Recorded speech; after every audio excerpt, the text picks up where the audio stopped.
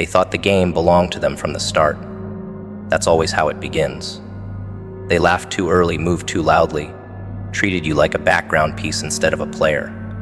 They spoke down to you, tested your patience, assumed your quiet meant confusion. They mistook your calm for hesitation and your restraint for fear. While they were busy celebrating imaginary wins, you were paying attention. You watched how they lied when pressured, how they panicked when control slipped, how they overplayed their hand when they thought no one was looking. You didn't rush. You didn't correct them. You let them believe the board was theirs. And that was the first card you played right. Because nothing traps people faster than confidence built on a lie. Early disrespect gave you something valuable. It gave you freedom. They didn't guard their moves around you. They didn't hide their intentions. They showed you exactly who they were, because they didn't think you mattered. That kind of arrogance always leaks information. You saw how they used people, how they shifted stories, how loyalty meant nothing once it stopped serving them. You saw patterns, not moments. And instead of reacting emotionally, you adjusted quietly. You changed how much access they had to you. You stopped offering energy for free. You stopped explaining yourself. They didn't notice at first. They never notice the moment control starts slipping. They only notice when it's gone. Your silence confused them more than resistance ever could. They expected arguments. They expected breakdowns. They expected you to defend yourself or expose your pain. You didn't. You stayed steady. That silence wasn't weakness. It was pressure. Silence forces people to hear themselves. It makes liars nervous. It makes manipulators talk too much. The more they spoke, the more they revealed. The more they revealed, the clearer your next moves became. You weren't planning revenge. You were planning distance.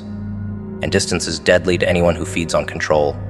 They kept playing the same tricks because those tricks always worked before. Guilt, fear, isolation. They waited for you to fold. You didn't? You had already accepted outcomes they were still trying to threaten you with. That's when the balance shifted. They were still trying to scare you into obedience, while you were already free. They didn't understand that once someone is no longer afraid of losing, they cannot be trapped by pressure. You had already let go of what they thought they could take. That made every move they made weaker than the last. Their unraveling didn't happen all at once. It started with small cracks, missteps, overreactions, desperate moves to regain control. They started watching you more closely, wondering why nothing worked anymore. They questioned each other. They blamed outsiders. They blamed bad luck. They never blamed the truth. The truth was simple. You stopped playing the game the way they expected. And when someone refuses to play by your rules, your entire strategy collapses. They were trapped inside habits. You stepped outside them. Your rise wasn't loud. You didn't announce it. You didn't change personalities. You didn't seek attention. You just became harder to reach, clearer, sharper, more selective. People around you felt it. Conversations changed. Respect shifted. Opportunities moved in your direction without you chasing them. That scared the ones who once felt above you. They realized too late that you weren't climbing their ladder. You were building your own ground. And ground can't be pulled out from under someone who's standing still. The psychological power flipped when they realized you weren't reacting anymore. You weren't angry. You weren't hurt. You weren't chasing closure. You had already moved on internally. That's the moment people panic, when they no longer matter enough to disturb your peace. They tried to provoke you again. Louder this time. More obvious. You stayed calm. Calm is unbearable to those who rely on chaos. It forces them to face themselves. And most people hate what they see there. Now they're trapped by their own moves. Every lie they told depends on the next lie. Every threat they made exposed how empty they were. Every attempt to control you showed how little control they actually had. They built a cage around themselves while trying to trap you. They can't go forward without admitting failure. They can't go back without losing face. So they freeze. And frozen players always lose. You don't need to touch them. You don't need to speak. Time does the work for you. You played your cards right because you didn't rush them. You didn't show them too early. You didn't bluff when truth was enough. You waited. You observed. You chose when to move and when to stay still. That patience made you dangerous without being loud. They thought power meant force. You learned power means timing, and timing always beats strength in the long run. They're trapped because you're no longer predictable, and unpredictability is fear in its purest form. They are now stuck inside the game they thought they owned, and the walls are closing in slowly enough for them to feel every inch. What once felt like a playground now feels like a maze with no exits. Every move they make reminds them of earlier moves they can't undo. They keep replaying moments where they could have stopped, slowed down, chosen differently. But they didn't. They kept pushing because they believed the board was fixed in their favor. Now they realize the game never belonged to them. It only tolerated them while they were loud. The silence you chose changed the rules without announcing it. And silence is terrifying because it offers no feedback, no reassurance, no resistance. It just lets consequences arrive on schedule.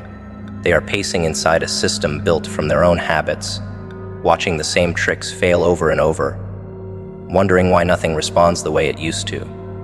Somewhere along the way, confidence turned into panic, and they didn't even notice when it happened. They keep trying to play faster, louder, harder, thinking speed will save them. It won't. Speed only tightens the trap. Every rush decision exposes how little room they actually have left. You see it clearly now. They are reacting to outcomes you already accepted. They are scrambling for control while you're steady because you stopped needing it. Their game depends on pressure. Yours depends on patience. That difference feels small at first, but it becomes everything over time. They are trapped because patience starves the chaos they rely on. Without reaction, without fear, without noise, their moves collapse inward. What makes it worse for them is realizing the trap doesn't look dramatic. There's no explosion, no public defeat, no clear villain, just slow loss of influence. People stop listening, doors stop opening, conversations feel strained. They sense something is wrong but can't point to a single cause. That's the nature of this kind of trap. It's invisible to those inside it. They keep blaming timing, luck, other people, anything except the truth. The truth is they played themselves. They overestimated their reach and underestimated your restraint. And restraint is the one thing they never learned how to counter. They also discovered too late that control is expensive to maintain. It needs constant effort, constant pressure, constant enforcement. Once you stepped out of their reach, the system began eating itself. They have to micromanage more, threaten more, explain more, lie more. Every extra layer makes the structure weaker. You, on the other hand, simplified. Less access, fewer words, clear boundaries. That efficiency gave you freedom while their complexity became a cage. They are trapped maintaining a system that only works if everyone stays afraid. You aren't afraid, and fear doesn't survive without agreement. Another cruel realization hits them when they notice you're not watching anymore. You're not tracking their moves. You're not invested in the outcome of their game. That indifference removes the last bit of leverage they had. Games require players. You left the table. They're still rolling dice, arguing over rules, accusing each other of cheating. But the prize no longer matters because the person they wanted to beat isn't there. That's when panic turns into exhaustion. Fighting without an opponent drains faster than losing. They're trapped playing a game with no audience and no reward. The trap tightens further when they realize how predictable they became. Every move they make now looks like a repeat. Same threats, same excuses, same patterns. You saw it long ago. That's why you moved when you did. Predictable players can be studied. Studied players can be outpaced. They didn't evolve. You did. And evolution always traps stagnation. They're stuck repeating moves that once worked because they don't know how to do anything else. You're free because you stopped repeating yourself. What really hurts them is the awareness that this didn't have to happen. If they had respected you early, if they had slowed down, if they had questioned their own behavior, the game might have changed. But respect requires humility, and humility was never part of their strategy. They chose dominance instead.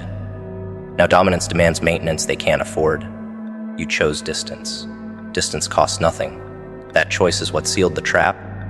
They're trapped not because you planned it cruelly, but because you refused to carry weight that wasn't yours. They also can't escape the way others now see them. Influence is slipping. Authority feels thin. People hesitate before agreeing. That hesitation tells them everything. Once trust erodes, it doesn't come back through force. They're trapped trying to command respect instead of earning it. You never had to command it. You earned it by consistency and restraint. That contrast burns. They know people feel safer around you now, safer listening to you, safer aligning with you. And safety always wins over fear in the long run. Even when they try to leave the game, they can't. Their identity is tied to it. Winning, controlling, being right. Letting go would mean admitting the whole thing was flawed. So they stay, trapped by pride, circling the same board, hoping for a different outcome. You're not trapped because you never tied your worth to winning. You tied it to clarity. Clarity travels light. Pride carries chains. They wake up every day thinking maybe today the board will reset. Maybe today things will feel like they used to. But the game doesn't reset once awareness enters it. It only tightens. They replay old tactics, hoping muscle memory will save them, not realizing the environment has changed. The room feels colder. The reactions they once relied on don't arrive. Silence answers them instead. Silence is brutal because it doesn't argue. It doesn't explain. It just reflects reality back without mercy. They are trapped because the game no longer responds to effort. No matter how much energy they spend, the outcome stays the same. You moved on. And a game without its intended target becomes pointless torture for the ones still playing. Another layer of the trap reveals itself in how lonely it becomes at the top. The people who once gathered around them out of fear or advantage begin to drift. Not dramatically, quietly, Shota replies. Less enthusiasm, more hesitation. Influence doesn't disappear all at once. It leaks away. They feel it slipping but don't know how to stop it. They try tightening their grip, not realizing tighter control speeds the loss. You're not pulling anyone away from them. You don't have to. People sense where stability lives. They sense where chaos hides. They move toward what feels solid. That movement leaves the controllers standing alone, still clutching rules that no one respects anymore. The trap deepens when they realize they can't provoke you back into the game. They try indirect messages. They stir drama. They leak stories. They wait for you to react so they can feel relevant again. You don't. That refusal is devastating. Without reaction, their actions collapse into meaninglessness. Every move they make becomes proof of desperation instead of power. They are trapped performing for an audience that stopped watching. You removed yourself without slamming the door. That's what haunts them. There's no dramatic ending to blame, just absence. And absence forces reflection whether they want it or not. At some point, fear turns inward. They start doubting their own judgment. Every decision feels heavy because they know mistakes now carry real consequences. They second-guess everything. Overthinking replaces confidence. Paranoia replaces strategy. This is what happens when control is exposed as fragile. They don't trust themselves anymore because the system they trusted failed. Meanwhile, you trust yourself more with every step because you stopped outsourcing certainty. That contrast widens the gap. They are trapped in their heads. You are grounded in your direction. And direction always beats reaction.